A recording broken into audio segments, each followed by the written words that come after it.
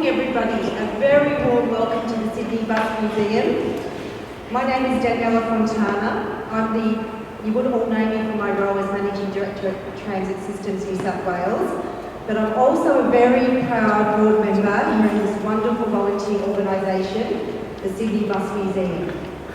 Before I begin, I would like to acknowledge the Gadigal of the Eora Nation, the traditional custodians of the land on which we gather today, and I pay my respects to elders past and present. I would also like to acknowledge with us here this morning the Honourable Joe Hagan, MP, New South Wales Minister of Transport, Ms Kobe Shetty, MP, Member for Balmain, Mr Howard Collins, Coordinator General at Transport for New South Wales and also a board member at the Transport Heritage of New South Wales. We also have Mr Alex Glassons, National Secretary of the Rail, Tram and Bus Union and also a board member at Transport Heritage New South Wales. We have Mr Les Dion and the extended Dion family of the Dion Bus Services. And we also have Mr Matt Threckle from Bus New South Wales here with us today. And also we have lots of members and volunteers and friends of the Sydney Bus Museum. So great to have you all here today to celebrate this occasion. Thank you all for taking some time out of your weekend and for joining us here this morning. The Sydney Bus Museum is an entirely volunteer operated organisation and is non-for-profit with over 350 members. While we're open every second Sunday with vintage bus rides connecting the CBD and the museum, our fleet of heritage buses participate in cultural events in partnership with local government, state government and other regular events throughout the year. Whether it be on Australia Day, the annual Heritage Expo, or more recently the Biennale at White Bay, this year the museum carried more than 40,000 passengers. This is a significant number of people engaging with the collection and it's all thanks to a highly productive team of 50 volunteers who do everything from driving, conducting, guiding and lots more. So why are we here today? Earlier this year, the museum was approached by former President and founding member Mr Brian Mantle. Brian told us that it had come to a time to pass on one of his life's greatest works, Leyland OPD2 and the ex-Dion bus vehicle 6057, which is right here for everyone to see. Shortly following Brian's approach, the museum launched a fundraising campaign to acquire the vehicle and to transport it from Brian's home to Leichhardt. Following a story and a campaign on the ABC, the museum was approached by an Inner West local philanthropist, Dr. Judith Nielsen. Judith was eager to help and generously donated the bulk of funds needed to acquire and relocate 6057 to its new home here at Leichhardt. Unfortunately, Judith is overseas at the moment and could not join us today, but can you please join me in a round of applause in recognition of Judith's contribution and generosity.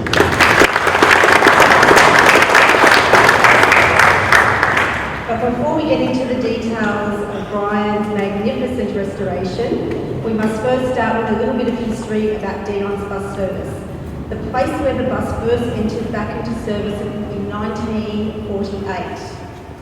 Many of you would have heard of Dion's Bus Company and would know that it has continually operated for more than 100 years. They're one of the few remaining family-owned bus companies in New South Wales, and we're proud to have them here today with us. Following World War II, as population boomed and industries expanded, public transport operators faced heavy patronage across all of Sydney, particularly in Newcastle and Wollongong. To meet the demand, the New South Wales Government ordered 745 new double-deck buses, all built in Sydney, and to a standard of the AEC, Albion and Leyland design. While the cost of these new vehicles often meant private operators opted for second-hand vehicles, Dion's joined with 10 other private operators to buck this trend and ordered 21 brand new Leylands similar to the New South Wales Government order. When introduced, these brand new double-deckers were world class. By the late 1950s, in some areas across the state like Wollongong, the use of double-deckers became increasingly inefficient and the deckers were eventually withdrawn from service. After their withdrawal, all but one of the 21 Leyland deckers ordered by the private operators were scrapped and rebodied to single-deck buses.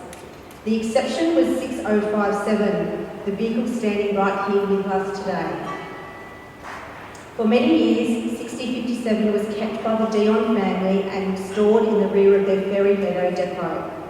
It wasn't until 1980, after decades of storage, a tired, dusty, faded 6057 captured the attention of bus enthusiast Brian Mantle.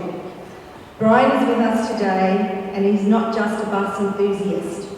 Brian started his career in 1950 with New South Wales Government of Transport as a teenage apprentice inside this very building here in the Leichhardt workshop. Brian spent time here in the workshop with the bodywork team, where he learned how to weld steel and hand-form metal corner panels and roof domes. Brian would later utilise his skills to restore buses, and this is one is one of the foundation members here at the Sydney Bus Museum, and a past president of the organisation as well. To hear more about how Brian came into possession and ultimately restored 6057, we're going to invite Brian and Howard Collins to the stage.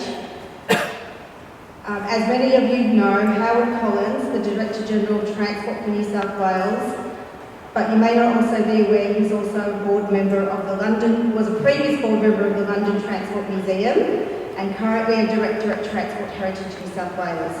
I'd like to welcome Howard and Brian to the stage.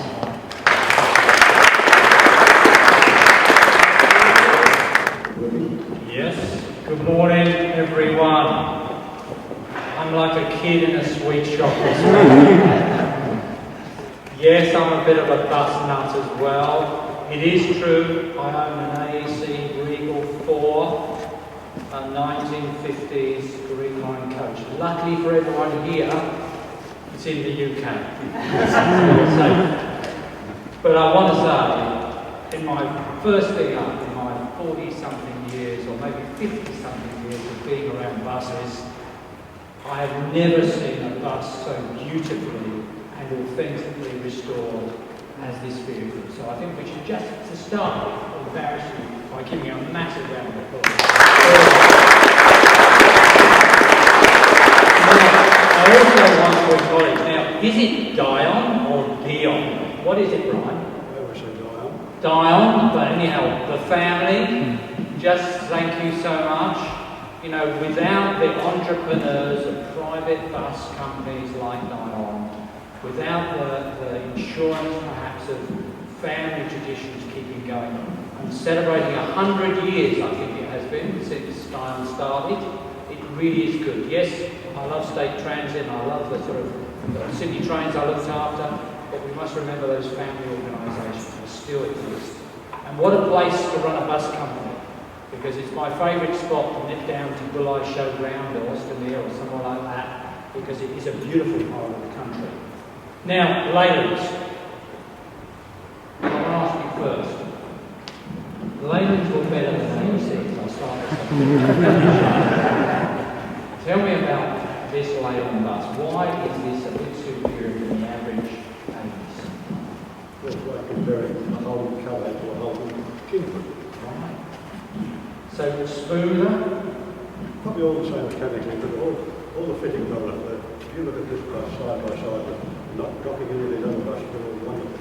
But look at the headlights on this, compared to the headlights on those. All the extra fittings on this original English chassis as it came from England. And yes, for those technical things, OPD, the O stands for overseas, isn't it, I think? Yes, sir. And P as for the D double decker. This would be called a PD2 in the UK, but it's an OPD2. And at the height of Leyland's manufacturing. Why, Brian, made you, inspired you to save this bus? I never knew of this bus until I read Greg Travis's book, Australian Double Decker. And page 35 at the bottom left-hand side, which is beautiful, photograph of this vehicle. That's a good bit of gear. At this stage I had a couple of other city government buses, so I went down and had a look at this thing. I worked in Wollongong for a little while in the 80s. I had a look, I had to sneak a look actually because I went in and I couldn't get anyone to hear me or see me. But I had a look and I thought that's a good bit of gear. Even though I'm sitting belly on the ground, all the lights above that. So when I got back to Sydney, I thought about it and said yes. So I went down again and approached the Lions and I spoke to Barney. It was a bit hard to get through to them initially, but then they realised that I was serious. And so after 12 months of negotiations, they agreed to let the bus go. What year was that? I think it was late 1983 or early 1984. And then extracting this vehicle out the shed. You told me a story about it wasn't straightforward, was it? No, it wasn't. I had all the wheels back to sit, pump tyres up and put out the tyres on. And then got them on the bus, they were all ready to get out of the shed. And one of the fellows down there said, "You're trying to try and move out of the shed." I said, "You're not going to get it out of the shed." I said, "How come?" He said, "You've seen the roof lately?" And the roof frames are broken in half, and the roof is actually lower than the bus. So I had to race back to Sydney that day, hire a couple of building jacks, project the roof up, went back down the same day, jack the roof up, and then able to get the bus out ready to take back to Sydney. And apparently, even the breakdown truck was sold out. That breakdown, did it? Two hard jacks in one day. Now, I see all this hard work. There must be mixed emotions about, you put your heart and soul in it. Now, we're letting it into the Sydney bus. How do you feel? I felt good. I think this is where it belongs. Looking here today, it's appropriate. I thought that the minute Bob sent me a photograph when it came off the low load in the yard outside amongst the other buses. And I thought, well, this is where it belongs. And that's right. It does. It certainly does. The only final thing I want to ask you is you were an apprentice in this very building. I think I've seen some of your graffiti in the toilet stuff. but no judgment, you do that sort of stuff. I did it. But many stories. We should keep in this building. I could ask you loads of questions all day long, but I think, do spend a bit of time with him afterwards. Get him to show you all the work, all the love and care he brings this.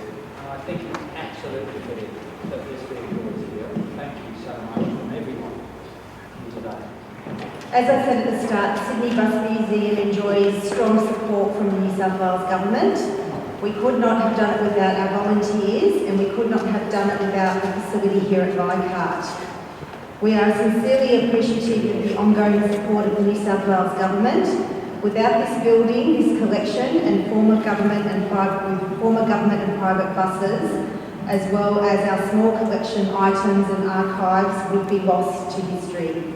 We are so grateful to have the Minister, Joe Hayden, here with us today, not only to see the museum for the first time, but to say a few words and officially welcome 6057 to the museum.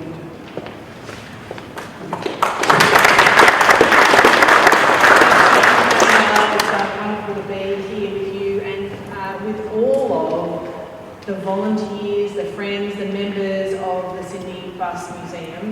This is a very special place, and with no disrespect to Daniela in her other job at the depot next door, I've never seen a cleaner, more beautifully presented lot of buses in my life. It is just truly spectacular. So congratulations to each and every one of you. I want to acknowledge my parliamentary colleague, Kobe Shetty. She's lucky enough to have this in her electorate. What a lucky MP. I also want to thank Brian and Howard for telling that amazing story. And as you were telling the story, going up in the scarf, I can't even imagine how nerve-wracking that was. But this beautiful brochure has some photos of that journey. In fact, there's a tow truck right there, but also the state of the bus that you described. And to look at it now is an incredible tribute to you, to your skills and commitment, but also to so many people who have provided their hard-earned time and money. We know that these projects take a lot of time, but they also take a lot of commitment to fundraise and a lot of generosity. So thank you to everybody who has given towards realising this project. I also want to acknowledge a bunch of friends and transport lovers that are here. Matt Threadhold, the head of the Bus New South Wales, representative of the whole industry, something that we in government continue to work really closely with because it is a critical part of our public transport system and all the parts need to work well together for the system to work. And I think buses have often been forgotten in recent times and it's something that we're really focusing on in government, which I'm very proud of. To Alex Glassens, the National Secretary of the Rail Transit Bus Union these days, he's got his national hat on, but I also like seeing Alex with his other hat on, driving steam trains. And I am really pleased that we are continuing to work with Transport Heritage. So many people here are involved in that really important part of government. And I can't wait again for the long weekend because it is a unique event. 3 days, all modes of transport on display and being able to be ridden. I'm going to bring the kids down. I know so many people love that weekend, but I also would say I know it's but one part of what we do. And of course the government will continue to support the Expo and the other events that you're a part of, but also make sure that we are supplying the much needed funds in forms of grants and other things that we do. Restorations are an ongoing labour of love and our government's committed to supporting that. Because we can't lose this heritage. We can't lose this heritage. It inspires future generations to be a part of the transport family. And I think Brian and Howard told that brilliant story about apprenticeships and the pathway to be a part of transport, whether it's creating these assets, creating the things that we can all ride on, restoring them, maintaining them, keeping them alive. That's a critical part of that story as well.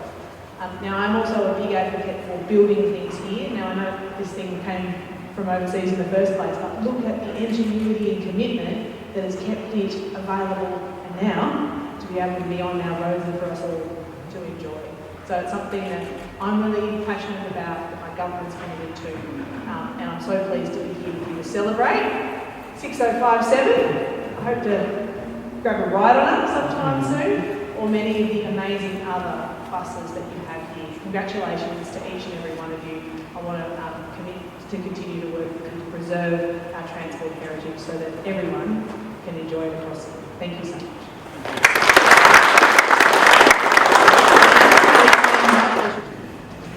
All right. Hold the line. Ready? Here we go. 1, 2, 3.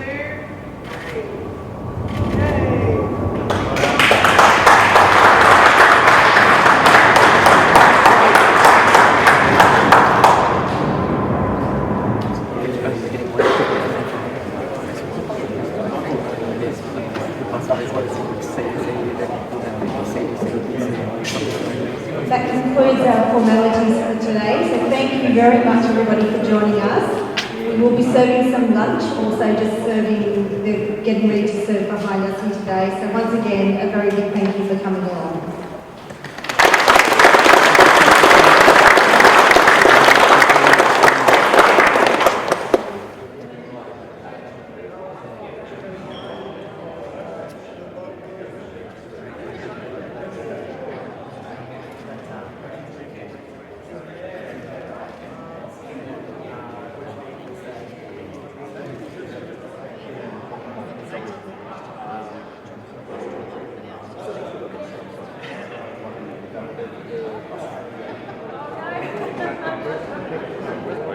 I said to David, Perfect, thank you. Hey, it seems to work very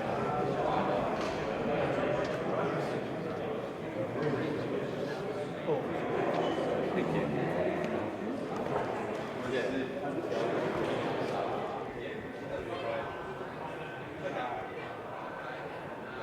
Okay, coming with that. Yeah, that's good.